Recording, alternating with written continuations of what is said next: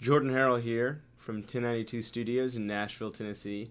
I'm going to talk about the Ampex ATR 102 plugin from UA. We're going to do this in two parts. The first being an overview of all the controls. Part two as an effects processor. Okay, I'm going to try and make this quick so we can move on to part two, where the fun begins. This is just an overview of the controls. Okay, so this is the front of it, where you get to see the tape roll by. Tape speed, right here. 30, 15, 7.5, 3.75. Measured in inches per second. How this works, basically, if you're not familiar with tape, the higher the number, the faster the tape goes across the tape heads, the higher the fidelity.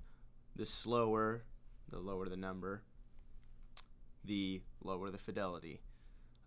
So 30 is, I hope I'm correct in saying, is more of a jazz classical setting. 15 is kind of a rock thing, and then 7.5 and 3.75 are getting into areas of intense tape sound. Also, dealing with the fidelity of sound is how large the tape head is. Works the same way. The lower the number, in this case, the smaller the tape head, the lower the fidelity. The larger the tape head, the higher the fidelity. And here we have the tape formulas. All in all, there's 7. There's only 4 showing. I think it's dictated, it is actually dictated by the size of your tape head and the speed of your tape, what 4 show up. Here we have the calibration levels. You can do your own testing, but because I'm trying to make this short, just switch in between these and have a listen for yourself when you get the chance. These options let you monitor from the different tape heads.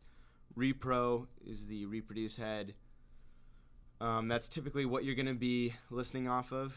Sync, the sync head, it's pretty close to the repro. There's some slight frequency differences there. Input, the tape stops moving and you're basically listening to your signal going through the circuitry of the machine. And then through works as a bypass, but the VU meters still work. Let's see over here, the emphasis EQ, NAB being the American standard, CCIR being the British.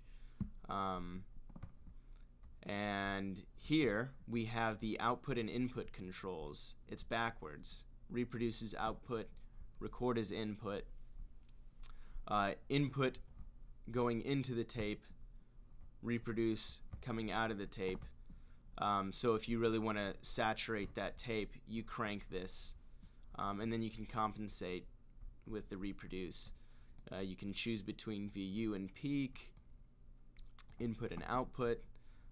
If we go inside here, these right here and this, if you're familiar with tape and you have a certain way that you like to calibrate your tape machine, this is for you. Here's more of an effects area.